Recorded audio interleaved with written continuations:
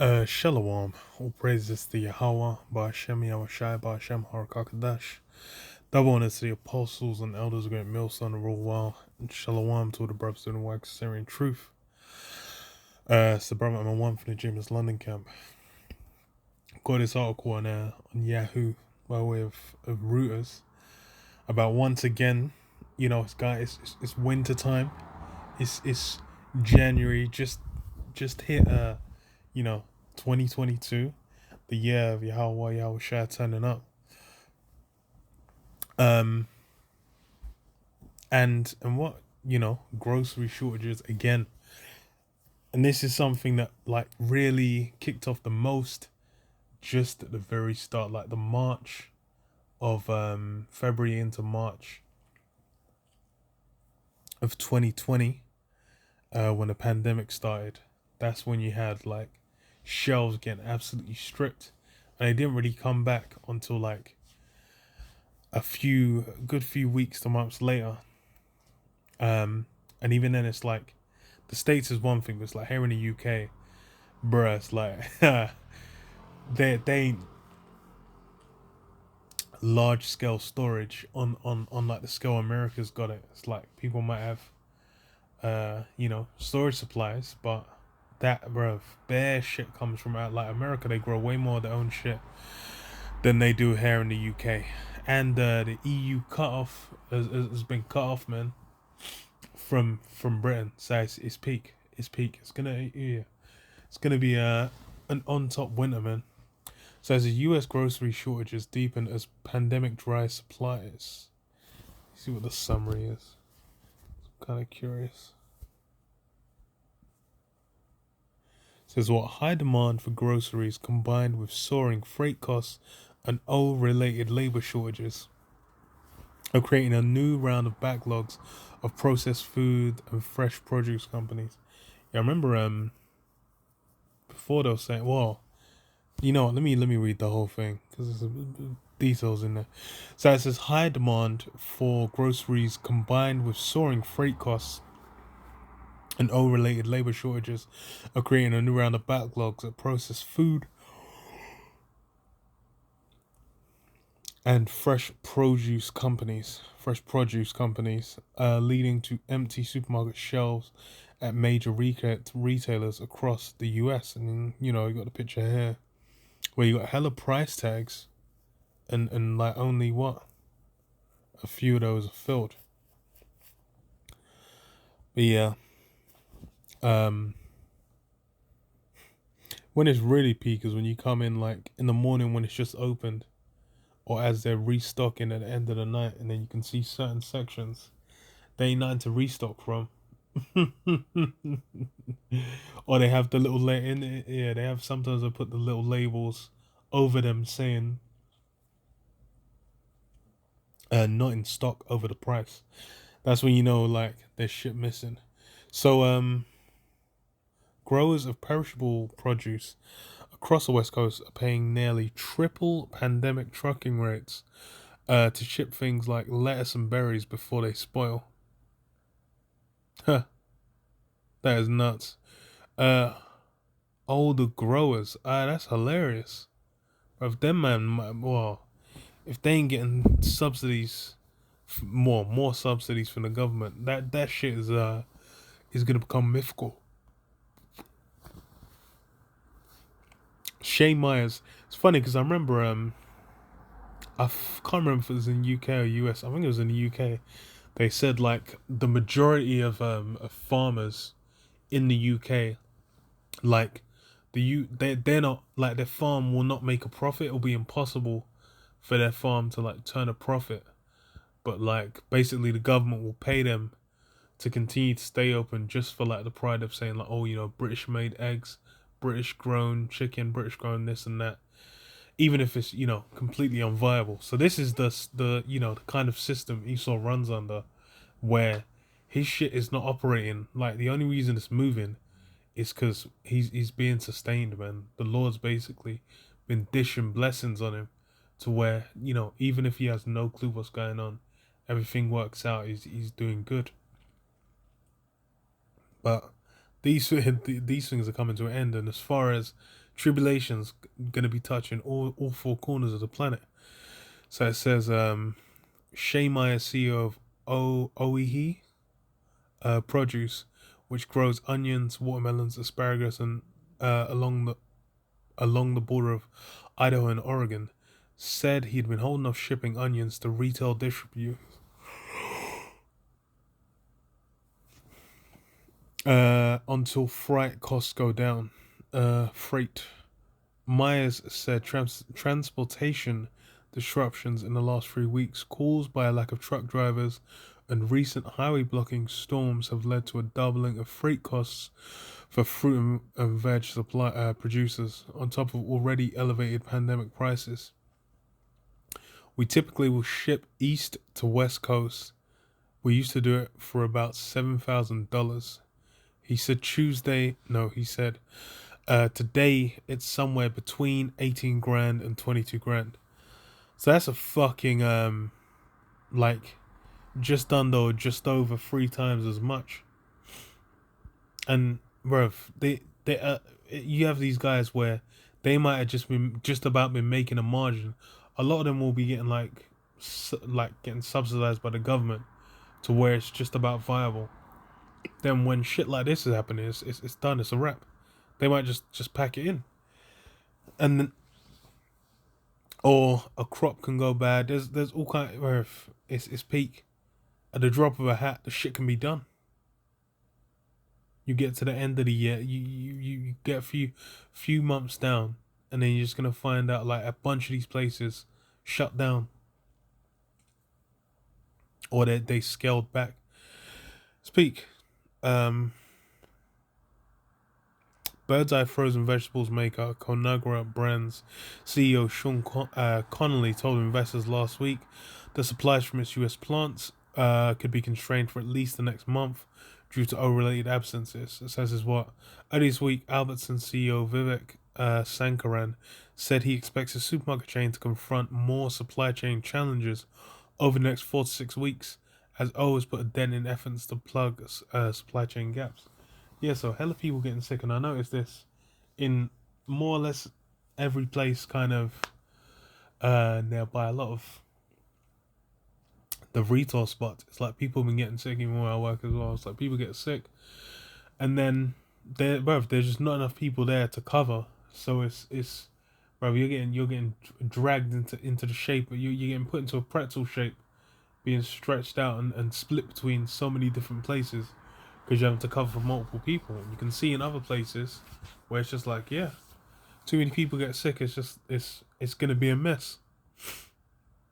Nah. Shoppers on social media complained of empty pasta and meat aisles at some Walmart stores. A Meijer store in Indianapolis was swept bare of chicken. And that's the thing as well, is when people realize shit don't exist, it's sold out, then they're gonna, bruv, that's when the panic buying is gonna kick in, and people are just gonna be running out, grabbing up anything that's available, and basically just trying to make do. A Publix in Palm Beach, Florida was out of bath tissue and some hygiene products, while Costco reinstated purchase limits on toilet paper at some stores in Washington state. The situation is not expected to abate for at least a few more weeks, and that's the thing, it's going to be a gradual tipping scale of how intense it's going to get. And, you know, they're saying like, oh, it's only going to continue for this long. There's the other main thing you have now is in the Supreme Court is Biden's the mandate, the OSHA mandate, basically for private businesses, which apparently got drop kicked out of the courts. But we have to see, because there can be further appeals, because they said they drop kicked out the one for private businesses, but they kept it for healthcare workers. So it's, you know, that layers in, but hey, there's more we'll see how it goes. I'm expecting it, uh, you know, to get through. But if not, we'll see. We'll see what goes down. But if that gets through in some kind of scope, you could have people walking out because you already have like hella people walking out as well. Military as well. I did a video. I believe it's yesterday. Maybe I think it's yesterday or maybe the day before about the U.S. recruits. It's like a lot of these, the the U.S. recruits, the U.S. Army, needing recruits. So it's like if a bunch of people start walking out, then it's gonna start creating that tension, and you're gonna see, I have a further force brought down, or because they're already trying to incentivize. Said like with the army, they're offering like 50 grand starter package on certain things, certain positions. And it's like with with the max, they made they've done a hella incentivizing, yeah, as far as offering certain things, and it's keeping your job. That's one going to be a key cornerstone. So it says consumer packaged good in the industry is missing around 120,000 workers, out of which only 1,500 jobs were added last month. That's the thing as well, is they're saying like, oh, it's only going to last 4 to 6 weeks. Like, if you ain't finding people to hire like that, then how are these gaps meant to be filled? It sounds like BS. Because really, it sounds like, there's things that can make it worse, but then wait and see. Um, she said that while the National Grocers Association said that many of its grocery store members were operating with less than 50% of workforce capacity. Yeah, there was even, I think it was a hospital. They were saying like people need to come in sick because it's just that peak. And I'm like, hey, if it starts getting to that, then they might just say like, look, we're gonna have to enforce X, Y, Z. We're gonna have to bring in, something to make this, workable.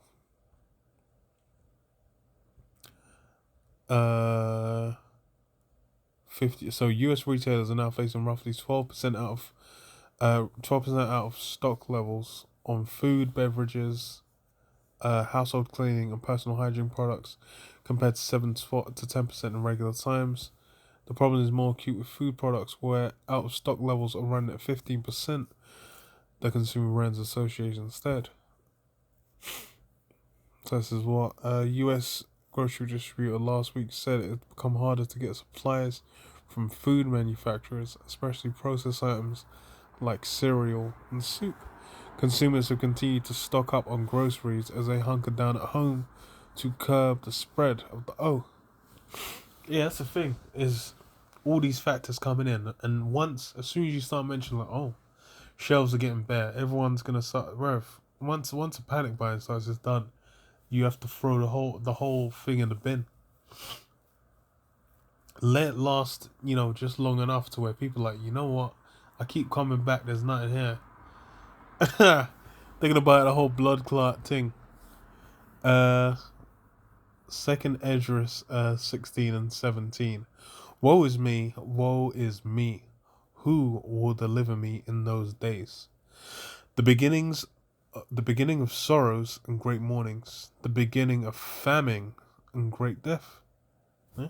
Beginning of famine. That's what's coming in a big way. A lot of people are gonna get hungry. A lot of people are gonna be getting dehydrated. They're gonna start seeing the skin and bones, because they're gonna start turning into fucking mummies, man.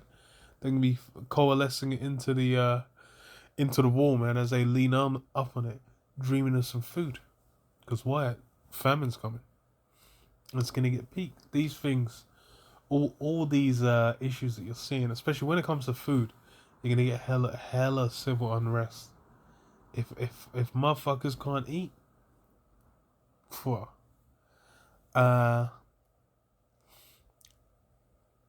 and great death, the beginning of wars, and the power shall stand in fear, the beginning of evils. What shall I do when these evils shall come? Behold, famine and plague, tribulation and anguish are sent as scourges for amendment. But for all these things they shall not turn from their wickedness, nor be always mindful of the scourges. Behold, victuals shall be so good cheap upon earth, that they shall think themselves to be in good case. And even then shall evils grow upon earth, sword, famine, and great confusion. Yeah, they're thinking they're in good case, and that's really what you got. Like they're saying, like, oh, it's only gonna be 4 to 6 weeks. It's gonna, we're gonna blah blah blah. You look at the wider arena, the wider scale of what's going down. You start to wonder, like, yo, is really all gonna work out? Is everything gonna run as smooth as people are talking about it?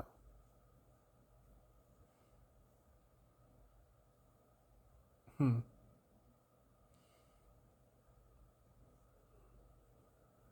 It's gonna be peak.